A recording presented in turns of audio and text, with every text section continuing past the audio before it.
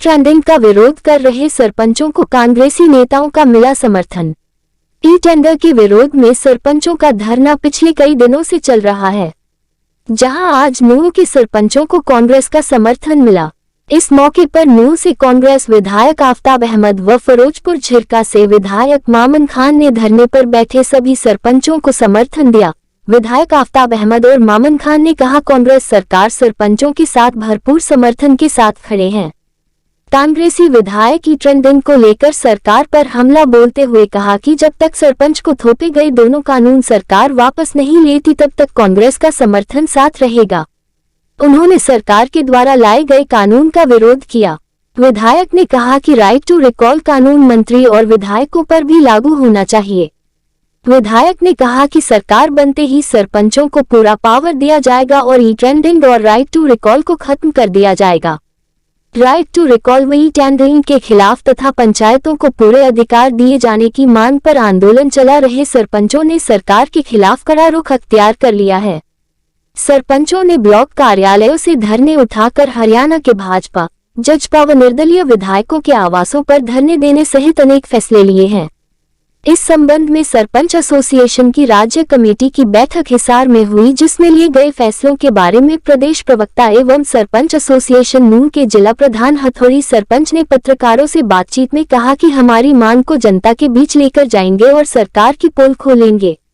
उन्होंने मांग की कि संविधान के 73वें संशोधन की 11वीं सूची के 29 नियम पूर्ण रूप से लागू किए जाएं। राइट टू रिकॉल विधायक, सांसद व मुख्यमंत्री पर भी लागू हो। ई टेंडरिंग पूर्ण रूप से बंद की जाए। फैमिली आईडी पूर्ण रूप से बंद की जाए। सरकार द्वारा काटे गए सभी बीपीएल दोबारा बनाकर जरूरतमंद जनता को उनका लाभ दिया जाए। 9000 बिजली की वजह से राशन कार्ड काटने की शर्त तुरंत वापस ली जाए। मनरेगा की मजदूरी 600 रुपये की जाए। सरपंचों का मानदेय 30,000 व पंचों का मानदेय 5,000 रुपये किया जाए। उन्होंने कहा कि सभी सरपंच सरकार के प्रशिक्षण कार्यक्रम का बहिष्कार करेंगे। हरियाणा के भाजपा, जजपा व सरकार को समर्थन दे रहे निर्दलीय विधायकों के आवासों पर धरने दिए जाएंगे जब तक वे सरपंचों का समर्थन नहीं करते। इस अवसर पर सरपंचों ने एक आईटी सेल भी गठित की ताकि जनता तक अपनी बात आसानी से पहुंचाई जा सके। हमारा स्पष्ट फैसला है कांग्रेस पार्टी का। पंचायती राज संस्थाओं का गठन राजीव गांधी जी जब प्रधानमंत्री थे तो कानून बना के इनको अधिकार दिए गए थे और इनको स्वेच्छा और इनको पूर्ण अधिकार था अपने विकास कराने का। और जो भी फैसला इस स्वरूप को बदलने के लिए होगा उसका हम विरोध करेंगे। और मौजूदा बीजेपी सरकार पहले 2 साल तक तो पंचायत चुनाव के फैसले नहीं कराए अपनी ढुलमुल नीति की वजह से। कभी आरक्षण का बहाना ले लिया, कभी स्टे का बहाना ले लिया। हमने कांग्रेस पार्टी ने हमेशा विधानसभा में इस बात को पुरजोर तरीके से उठाया। अब 2 साल बाद जब चुनाव कराने को विवश हुए हैं तो ये दूसरे रास्ते से, चोर रास्ते से सरपंचों को उनके हकों से वंचित करना चाहते हैं। और ये लड़ाई जो लड़ रही है सरपंच एसोसिएशन हरियाणा में और यहाँ नूंह में, हम इनका पूर्ण समर्थन करते हैं। और आने वाले विधानसभा में भी और पिछले विधानसभा में भी इस मुद्दे को जोर शोर से उठाया गया था।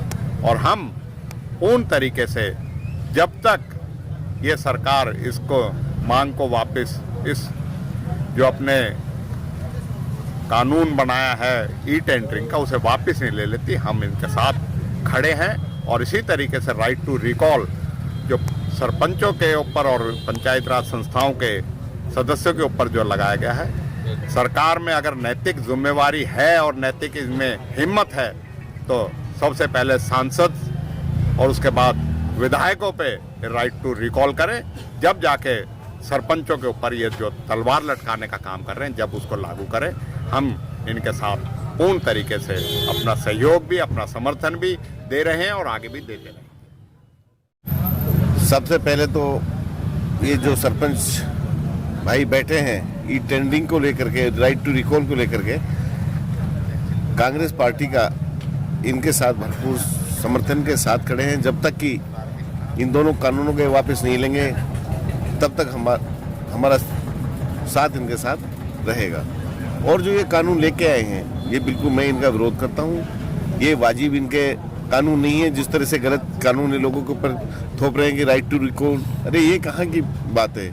जनता ने जिसको चुन दिया है, तो ये प्रधानमंत्री के लिए क्यों नहीं करते राइट टू रिकॉल, और एमएलए एमपीज के लिए क्यों नहीं लगाते? कानून सरपंचों के लिए है।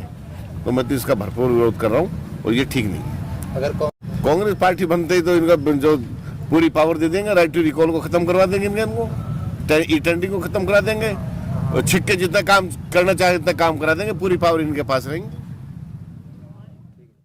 दरअसल सबसे पहले तो मैं आप लोगों को धन्यवाद करना चाहूँगा कि जो लोग आप लोग समय समय पर मेवात की आवाज़ों को उठाते रहते हैं। और आदरणीय आज हमारे बीच में नूह से विधायक चौधरी आफ्ताब अहमद जी पहुँचे हैं और आदरणीय चौधरी रहमान खान इंजीनियर जी फिरोजपुर से हमारे बीच पहुँचे हैं। धन्यवाद करते हैं हम इन लोगों को धरना स्थल पर जो ये सरपंचों की आवाज़ को सुनने के लिए आए। और सच्ची बात तो ये है कि विधायकों को चुनकर ही इसलिए भेजा जाता है चंडीगढ़ कि वो इलाके की आवाज़ों को उठाएं, प्रदेश की आवाज़ को उठाएं। और उम्मीद करते हैं कि विधानसभा का जो सेशन चलेगा उसके अंदर इस हरियाणा की छोटी सरकारों की आवाज़ को बुलंद आवाज़ से हमारे विधायक साहब उठाने का काम करेंगे। मैं धरना स्थल के माध्यम से और सभी सरपंचों की तरफ से धन्यवाद करता हूं कांग्रेस के दोनों विधायकों का कि जो यहां आकर के इन सरपंचों के अंदर हौसला अफजाई करने का काम किया, हौसला बढ़ाने का काम किया। आज आप लोगों के सामने है जो तकरीबन सारे किसान रोड पर हैं, व्यापारी रोड पर हैं, छोटी सरकारें रोड पर हैं, मतलब प्रदेश का हर वर्ग रोड पे है। सरकार की मंशा वही समझ में नहीं बैठ रहा कि है क्या, इस प्रदेश को कौन सी दिशा में ले जाने की बात कर रही है। आज हर वर्ग परेशान है, रोड के ऊपर है। और हरियाणा प्रदेश की छोटी सरकारें किसी भी कीमत पर ई टेंडरिंग को, राइट टू रिकॉल को बर्दाश्त नहीं करेंगी। 73वें संशोधन 11वीं सूची के अंदर जो राजीव गांधी ने जो अधिकार दिए थे वो अधिकार हर हाल में चाहिए। वो लड़ाई हम लड़ रहे हैं। ई टेंडरिंग के जरिए हजारों काम आज भी 2016 और 15 के काम आज तक पेंडिंग पड़े हुए हैं। ई टेंडरिंग के काम तो आप देखो, गांव देहात में जाकर देखो, शहर में जाकर देखो, बिल्डिंगें 2 साल के अंदर डैमेज हो जाती है। आप देखो, आप विधायक साहबों की जो आज पुराना जो बजट था वो आज एजिटीज पड़ा हुआ है। अब देखो आपके सामने है, आप देख रहे हो रोजाना। ई टेंडरिंग से तो वो पहले वाले जो ई टेंडरिंग के काम थे वो नहीं हो रहे। तो इसलिए इन लोगों का मकसद है कि देहात की जो सरकारें हैं, ग्रामीण देहात की जो सरकारें हैं, उनको भी खत्म करने का काम कर रहे हैं ये लोग। और किसी भी कीमत पर ग्रामीण अंचल के सरपंच, हरियाणा प्रदेश की छोटी सरकारें इस चीज़ को बर्दाश्त नहीं करेंगी। कोई भी लड़ाई लड़नी पड़ी, हर लड़ाई को लड़ने के लिए शिद्दत के साथ अगर चंडीगढ़ का रास्ता तय करना पड़ा तो हम चंडीगढ़ तक का रास्ता तय करेंगे। अगर हमें दिल्ली जंतर मंतर पे ये लड़ाई लड़नी पड़ी तो हम वहाँ भी लड़ने का काम करेंगे।